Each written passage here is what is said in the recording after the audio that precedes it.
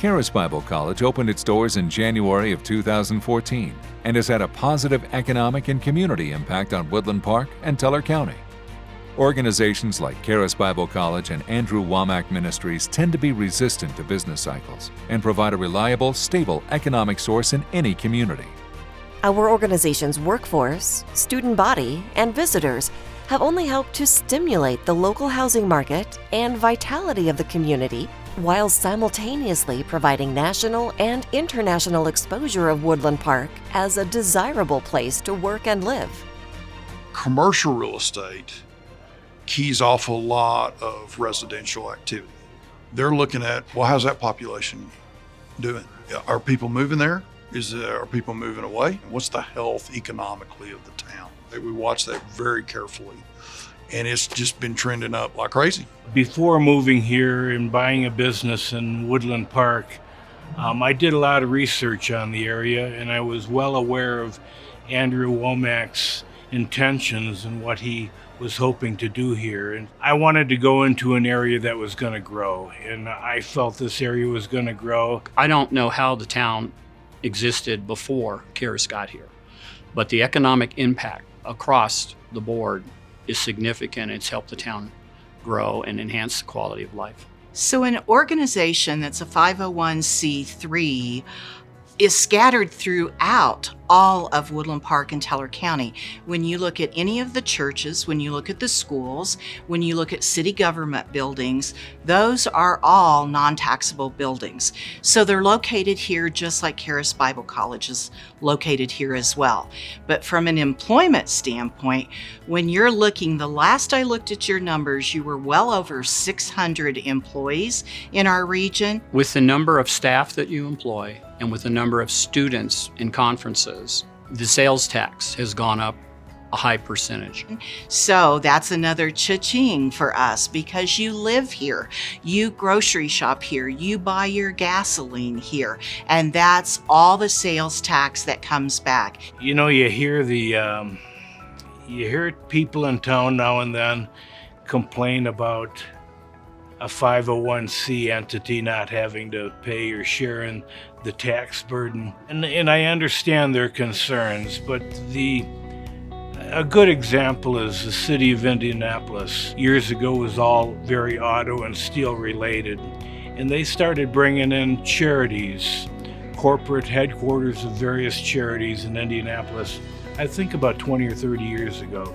Indianapolis is a vibrant community, and what it is yeah, that charitable entity might not pay taxes, but all the people they employ are paying taxes on their houses, all the sales tax.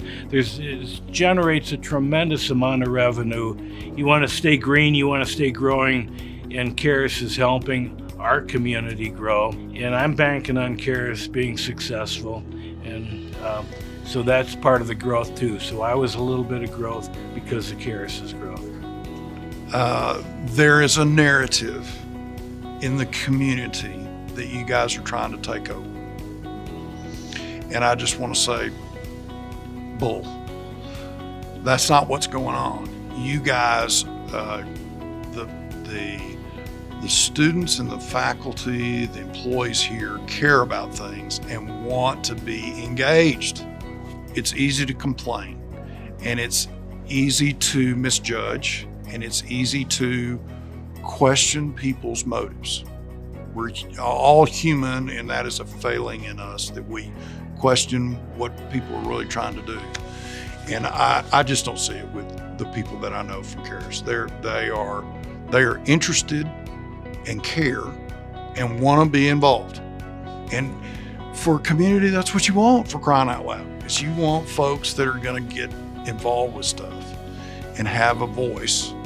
And that's what I see you guys doing. Charis has participated in the community via a lot of different ways. I don't know where to start. There's just too many to individually name because I know I would miss one. But let's just say Charis volunteers, the organization donates, and it provides invaluable contributions to every aspect of this mountain community.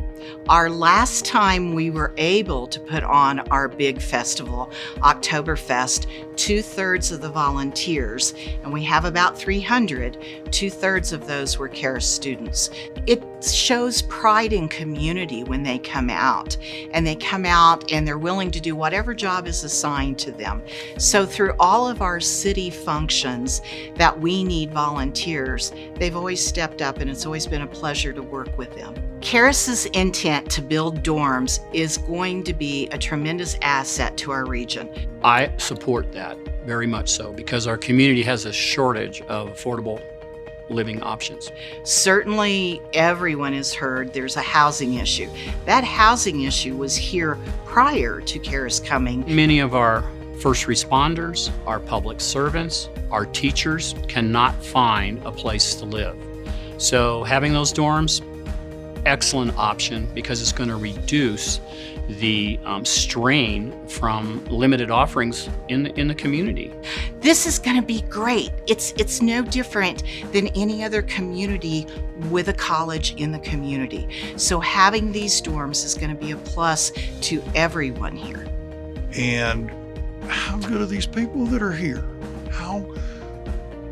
This is not a little community college where you got 18 and 20-year-olds that are spinning out and doing all kinds of interesting activities.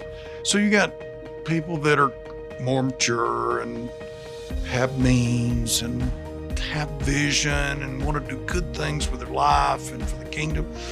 I mean, okay. And Woodland Park gets that. I was at an event here a couple of months ago. John Maxwell was one of the keynote speakers, and it was a leadership seminar, a forum that they were doing over a couple of days. It's an incredible facility. And I was impressed with the students and them helping us with direction where to go and greeting us, and it was a very good experience. You had a fundraiser for the fire department and or first responders. It was great. My wife and I have had the pleasure to attend many of your wonderful events, from the holiday productions over the years to the salute to law enforcement. Even during the pandemic, and did a live nativity that we could drive through. It was great. We haven't had that in our community. They've added these productions, and it's been a wonderful plus to our community. There's not a time that I attend that I don't walk out and say to myself, these are Broadway quality productions. And guess what? They're here in Woodland Park. I've had the opportunity to live in 40 some different communities around the country. Opportunities like this, where I know there's an organization here that wants to enhance the quality of life, I'm all about that. I'm all about doing things that makes this magical location even more special. They've brought energy into the area. There's an old saying, when you're green, you grow, and when you're ripe, you rot, and you never want to reach that ripe old age. And so you need to, whether it's an individual or a community, you need to be growing. I've been honored and proud to be a part of that conduit between the business community, between the county, between Charis Bible College. It has added so much to our region, and we've been blessed when we think about what Charis does for the community, what Andrew does for the community. We're blessed to have you here in our region. So this is a global ministry that is bringing people to Little Woodland Park. So the exposure of our little beautiful corner of the world, I don't even know how to quantify that. It's just wonderful. Since 2014, Charis Bible College and Andrew Wommack Ministries have continued to grow the economy and community of beautiful Woodland Park. We hope to continue that growth alongside you, our neighbors, and fellow residents. Let's keep building our community together through friendship, teamwork, and unity.